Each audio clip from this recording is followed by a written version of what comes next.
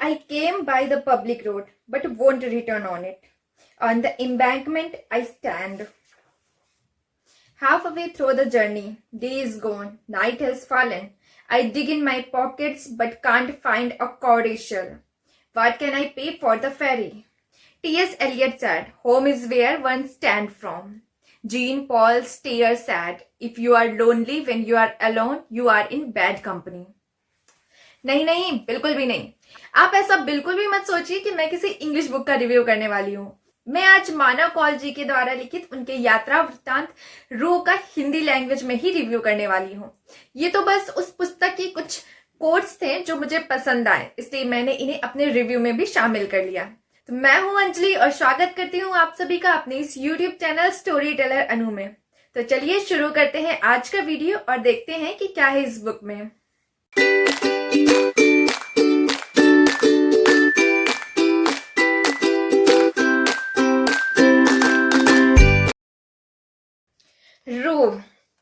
रू मानव कौल जी का एक यात्रा वृत्तांत है जिसे उन्होंने अपने बचपन की कश्मीर की यादें और आज के कश्मीर के सच के बीच कहीं खुद को तलाशने की एक यात्रा का वर्णन किया है। मानव कौल जी की ये मेरी पहली ही किताब है और उनकी लेखनी में मुझे एक आकर्षण महसूस हुआ जिसने मुझे भी उनकी इस यात्रा का एक हिस्सा बना दिया। इस किताब को खरीदते वक्त मुझे लगा था कि शायद ये कोई हॉरर नॉवेल है, बट इसके रिव्यू से मुझे स्पष्ट हो गया कि ये एक हॉरर नहीं बल्कि कश्मीर के अतीत की यादें हैं। ये देखकर मुझे भी कश्मीर को पढ़ने और देखने, जानने, समझने की तीव्र इच्छा हुई। अपने इस किताब के जरिए मानव कौल जी कश्मीर की एक अच्छी छवि को प्रदर्शित करते हैं जो कश्मीर आज भी लोगों के दिलों में बसा हुआ है। एक जमाने में कश्मीरी पंडितों के भगाए जाने के बाद, जिसमें मानव कौल जी का परिवार भी शामिल था, जब उस कश्मीर में खोजते हुए मानव बारामूला, ख्वाजाबाग और गुलमर्ग के जंगलों में टहलते हुए अपने अतीत को टटोलते हैं तो उनके कुछ पुराने साथी और कुछ जान पहचान के लोग भी उनसे मिलते हैं और मानव पर अपना प्यार लुटाते हैं। मानव की इस यात्रा में कश्मीर और कश्मीर में बिताई गई कुछ यादें हैं।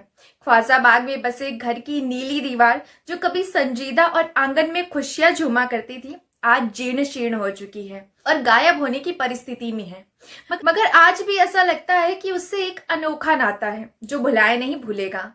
इस किताब की शुरुआत होती है मेघालय के चेरापूंजी से, जहां मानव कश्मीर के एहसास को पाने के लिए चेरापूंजी के नए पहाड़ों के सामने बैठकर उन्हें देख रहे हैं और अपने मन में ही इस अंतर्द्वंद में डूबे हुए थे कि उन्हें कश्मीर जाना चाहिए या नहीं। और फिर अंततः कश्मीर की फ्लाइट टिकट बुक करने के साथ ही इस यात्रा वृत्तांत की शुरुआत होती है। मानव अपनी रूह के साथ कश्मीर की यात्रा के लिए निकल पड़ते हैं। इस किताब में रूह और रूहानी दो अलग अलग पात्र हैं, परंतु कई बार मेरे लिए इन दोनों नामों के बीच फर्क करना थोड़ा मुश्किल हो जाता है। कश्मीर पहुंचकर वे सबसे पहले शब्बीर और मुश्ताक से मिलते हैं जो उन्हें एक बार फिर कश्मीर से परिचित कराते हैं। मानव सबसे पहले अनंतनाग पहुंचते हैं जहां शब्बीर का एक रेस्टोरेंट होता है। वहीं से पहलगाम और देवदार के जंगल में भटकते रहने के बाद वे शब्बीर के घर चले जाते हैं। मानव शब्बीर के परिवार में उस कश्मीरियत का एहसास करते हैं जो उन्होंने अपने बचपन में वहीं छोड़ दिए थे। अनंतनाग को सारे कश्मीरी इस्लामाबाद ही कहते थे। अगली सुबह वह श्रीनगर के लिए निकल पड़ते हैं। मुश्ताक, शब्बीर और उनके पिताजी उन्हें छोड़ने के लिए आते हैं और रास्ते में मुश्ताक कश्मीर से जुड़े अपने बचपन के कई अच्छे और कुछ डरावने किस्सों का भी जिक्र करता है जिसे मानव अपने लेखन में दर्ज करने की अनुमति ले लेते हैं। इस तरह बातें करते हुए वे रेनवारी पहुंचते हैं जहां उनका पुश्तैनी घर है। मानव को ज्यादा कुछ याद नहीं था, उन्हें बस याद था तो स्कूल की एक टूटी दीवार जिसके ठीक सामने घर की गली थी, पर शायद वहां सब कुछ अब बदल चुका था। पुराने सारे निशान कहीं बहुत नीचे दफन हो चुके थे। वहां कुछ वक्त बिताने के बाद वे निगीन लेक पहुंचते हैं और मुश्ताक और शब्बीर से विदा लेकर हाउस बोट के पास जाते हैं। हाउस बोट वाले ने उन्हें देखते ही पहचान लिया और उसी कमरे में रुकने को कहा जहां 6 साल पहले वह रूह के साथ रुके थे। रूह उनकी महिला मित्र थी जो 6 साल पहले मानव के साथ न्यूयॉर्क से कश्मीर घूमने आई थी और आज 6 साल बाद मानव रूह के कहने पर ही कश्मीर में कश्मीर को लिखने आए थे। वे कश्मीर की हर जगह को, कश्मीर के लोगों के प्रेमपूर्ण व्यवहार को और कश्मीरी पंडितों और मुसलमानों के लगाव को अपने लेखन में शामिल करना चाहते थे। वैसे उसका नाम रूही था, पर मानव उसे रूह ही कहते थे। उन्होंने बोट के मालिक बशीर के साथ अपनेपन के संबंधों को भी दर्शाया है। मानव ने अपनी पुस्तक में एक वाकये का जिक्र किया है। जब उनके परिवार को कश्मीर छोड़ना पड़ा तो वे अपने भाई और अपनी माँ के साथ होशंगाबाद आ गए, परंतु उनके पिताजी अपनी पेंशन के सिलसिले में वहीं रुके थे। परंतु कुछ समय बाद कश्मीर में हालात बिगड़ गए और वे वहीं फंस गए। जब उनकी माँ को चिट्ठियां आना बंद हो गई तो उन्हें पिताजी की चिंता हुई और वे राज्यपाल से मिलने उनके ऑफिस तक पहुंच गई और रोते हुए पिताजी के बारे में अपनी सारी बात कही। उस वक्त वहां के राज्यपाल कुरैशी जी थे, जो कश्मीरी मुसलमान थे। उन्होंने तुरंत बीएसएफ को संदेश पहुंचवाया और जल्द से जल्द पिताजी को सकुशल होशंगाबाद पहुंचा दिया। असल में उस वक्त कश्मीरी मुसलमान और कश्मीरी हिंदू एक परिवार के सदस्यों जैसे होते थे। अगले दिन मानव वहां से आरू के लिए रवाना होते हैं और मुश्ताक और शब्बीर साथ होते हैं और पूरे रास्ते उन्हें कश्मीर से और भी परिचित कराते रहते हैं। मानव शब्बीर और मुश्ताक से उस वक्त में लड़कियों की स्थिति के बारे में भी पूछते हैं तो उन्हें पता चलता है कि लड़कियां अपने चेहरे पर गोरापन छुपाने के लिए राख मलती थीं। इससे आप उनकी दुर्दशा का भी अंदाजा लगा सकते हैं। अब तक वे आरू पहुंच चुके थे। वहां कुछ वक्त उस कश्मीरियत में बिताते हैं और कई लोगों से उनकी मुलाकात होती है। वहीं वे रूहानी और गुल मोहम्मद से भी मिलते हैं, जो आगे गुलमर्ग और वहां से ख्वाजाबाग तक उनके साथ ही रहते हैं।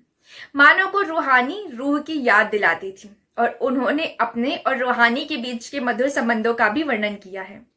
गुलमर्ग पहुंचने के बाद वे बेबी आंटी से मिलने के लिए ख्वाजाबाग की तरफ रवाना होते हैं।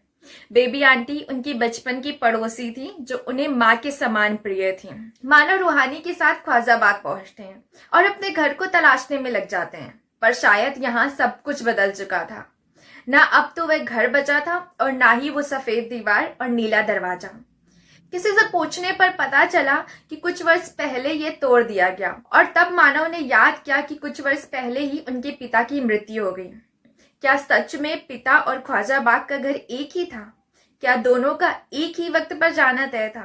अंततः हम मानव बेबी आंटी के घर चले जाते हैं और उनसे मिलकर रूहानी के साथ वापस चले आते हैं और वापस लौटते समय इस आखिरी दिन लेखनी को छोड़कर कश्मीर की वादियों को समेटने में लग जाते हैं।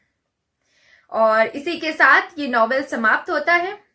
मुझे ये नॉवेल बहुत ज्यादा आकर्षक लगा। जब मैंने इसे पढ़ना शुरू किया तो ये मुझे इतना आकर्षक लगा कि मैं इसे छोड़ ही नहीं पा रही थी। मैंने एक ही दिन में एक ही बार में इस नॉवेल को पढ़ डाला। तो मैं तो यही कहूंगी कि इस नॉवेल को आप भी एक बार जरूर पढ़िए। मानव कौल जी की जो लेखनी है वो बहुत ही ज्यादा आकर्षक है, आपको बेहद पसंद आएगी। सो प्लीज जाइए, इस बुक को खरीदिए और जरूर पढ़िए। सो आज की वीडियो में बस इतना ही। अब मिलेंगे किसी और वीडियो में किसी और बुक या किसी और नॉवेल के साथ। सो तब तक हंसते रहिए, मुस्कुराते रहिए और यूं ही पढ़ते रहिए। Tata, bye bye.